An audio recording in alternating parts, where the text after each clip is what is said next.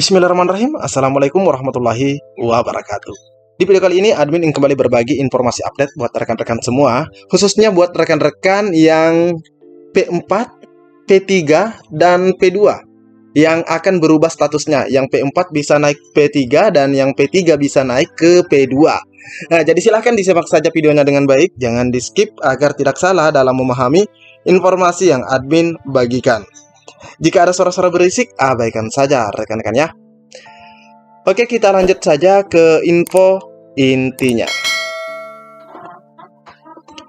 Oke, kita di sini ya, terlebih dahulu ya di prioritas 2, di mana bahwa jika pelamar masuk dalam kategori prioritas 2, sistem akan menampilkan pesan Anda terdeteksi sebagai XTHK2. Silahkan masukkan nomor. Nah, ini ya, silahkan masukkan nomor peserta XTHK2. Nah, jadi rekan-rekan itu jika memang THK2 ya silahkan masukkan nomor STHK2-nya. Pelamar harus, nah ini di sini ada kata harus, mengisi nomor THK2 dengan dan memilih tombol update status P2. Nah, ini tampilannya rekan-rekan ya. Jadi Anda terdeteksi sebagai XTHK2, silahkan masukkan nomor XTHK2. Nah, di sini akan muncul tampilan seperti ini. Apakah Anda peserta XTHK2? Nah, di sini rekan-rekan klik ini. Di sini ada ya atau tidak. Jika misalnya ya, silahkan masukkan ya nomor XTHK2-nya. Terus update status. Nah, ini ya, klik tombol update status. Setelah rekan-rekan klik tombol update status, muncul pop-up seperti ini. Update prioritas berhasil. Nah, rekan-rekan ya, update prioritas berhasil. Nah, di sini ada tombol lagi yang muncul yaitu baiklah. Oke, nah selanjutnya rekan-rekan itu jika sudah klik lanjut baiklah ya. Jika data XTHK2 ditemukan, pelamar dapat memilih tombol selanjutnya untuk melanjutkan proses pendaftaran. Nah, ini tombolnya sudah tidak disable lagi, sudah enable ya. Artinya ini sudah bisa diklik. Kalau misalnya tidak, maka ini tidak bisa diklik rekan-rekan ya. Tidak bisa diklik. Oke, selanjutnya kita ke prioritas 3. Pelamar prioritas 3, jika pada saat login ke SSC-ASN, pelamar termasuk pada kategori prioritas 3, namun tidak mendapat kuota penempatan. Nah, ini banyak sekali dipertanyakan juga. Pelamar tidak dapat melanjutkan pendaftaran. Nah, ini ya, P3 yang tidak mendapat kuota, maka tidak dapat melanjutkan pendaftaran. Nah, notifikasinya atau tampilannya akan seperti ini, rekan-rekan ya. Nah, ini prioritas ketiga. Nah, ini tidak bisa melanjutkan lagi, ini sudah disable rekan-rekan ya, tidak bisa diklik. Namun di sini jika pelamar merupakan XTHK2, nah ya kan, jika ada peserta THK2 namun dia terbaca sebagai prioritas 3 di akunnya, pelamar pada prioritas 3 dapat mengajukan perubahan prioritas menjadi prioritas 2 dengan catatan data pelamar harus, nah ini ya, harus ada pada database THK2. Nah, ini syarat mutlak untuk berubah prioritas ya. Untuk P3 ke P2. Nah, ini pelamar harus ada pada database THK2. Jika pelamar ingin update status menjadi P2, pelamar memilih tombol pilih update status P2. Jika proses update status P2 berhasil, akan muncul notifikasi berhasil. Rekan-rekan ya, akan muncul notifikasi berhasil. Nah, selanjutnya di sini kita bisa lihat ini memasukkan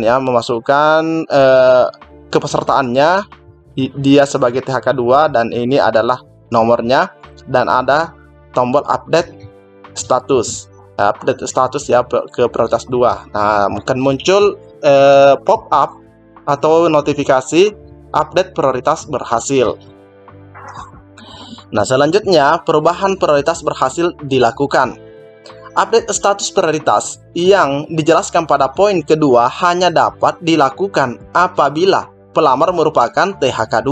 Nah, jika misalnya dia THK2 yang terbaca oleh sistem masuk ke dalam P3, itu boleh ke P2 kembali ya, bergabung dengan yang P2. Jika pelamar tetap ingin melanjutkan pendaftaran dengan status pelamar prioritas 3, pelamar wajib mencentang atau checklist pada checkbox lanjutkan pendaftaran sebagai prioritas 3. Artinya jika rekan-rekan itu ya lebih baik saya di P3 saja. Nah, tidak perlu update status ke P2. Seperti itu kan? Mungkin karena banyak saingan atau seperti apalah. Ini diwajibkan ya, diwajibkan mencentang checklist pada checkbox lanjutkan pendaftaran sebagai prioritas 3. Data yang tampil adalah data berdasarkan data Dapodik dan database Kemendikbudristek.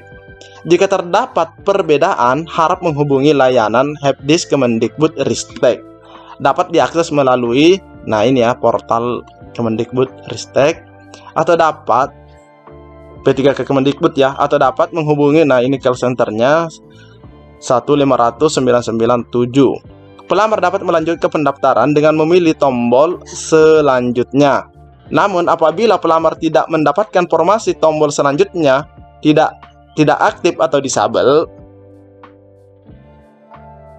Nah, jadi rekan-rekan itu jika mengklik selanjutnya, namun pelamar tersebut tidak mendapatkan informasi, maka tombol aktif, tombol untuk selanjutnya ini disabel alias tidak aktif, rekan-rekan ya. Selanjutnya untuk P4, jika pelamar merupakan XTHK 2, pelamar dapat mengajukan update prioritas menjadi prioritas 2 dengan memasukkan nomor tes THK 2. Apabila data pelamar ditemukan, status pelamar prioritas 4 dapat diubah menjadi prioritas 4. Nah, ini ya. Ini juga bisa. Terus ini tampilannya sama, yang memasukkan nomor THK 2-nya. Pelamar prioritas 4 dapat update status prioritas menjadi prioritas 3.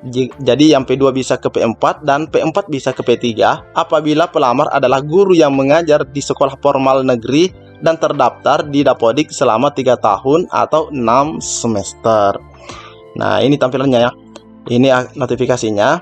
Jika Anda adalah guru yang mengajar di sekolah formal negeri dan terdaftar di Dapodik selama 3 tahun, Anda memenuhi persyaratan untuk naik ke prioritas 3. Silahkan memperbaiki data di Dapodik terlebih dahulu. Nah, misalnya kan rekan-rekan itu harusnya masuk P3, tapi sistem membacanya rekan-rekan itu di P4 ketika buka akun. Nah, ini bisa update status, rekan-rekan ya. Nah, di sini juga ada tombol cek data Anda. Bahkan bisa juga menghubungi helpdesk yang disediakan, rekan-rekan ya. Jika pelamar tidak memenuhi salah satu kondisi seperti pada poin 1 atau 2, pelamar dapat melanjutkan pendaftaran dengan mencentang checkbox. Nah, ini ya. Lanjut mendaftar sebagai pelamar umum. Ini dicentang gitu, rekan-rekan ya. Jadi tetap sebagai pelamar umum. Pelamar dapat melanjutkan pendaftaran dengan memilih tombol selanjutnya. Jika terdapat kuota pada instansi yang dilamar, pelamar dapat melanjutkan ke tahap 3, yaitu pemilihan formasi. Namun apabila pelamar tidak mendapatkan formasi, tombol selanjutnya akan disabel. Jadi yang bisa melanjutkan itu sudah tahu bahwa rekan-rekan itu akan dapat formasi. Karena tombol selanjutnya ini aktif. Jika tidak aktif berarti sudah fix tidak mendapat formasi. Data yang tampil adalah data berdasarkan data Dapodik dan database Kemendikbudristek. Jika terdapat perbedaan, nah ini bisa menghubungi pihak Kemendikbudristek. Nah, seperti itu rekan-rekan ya. Jadi ini informasi yang dapat admin bagikan kepada rekan-rekan semua. Lebih dan kurangnya admin mohon maaf. Assalamualaikum warahmatullahi wabarakatuh.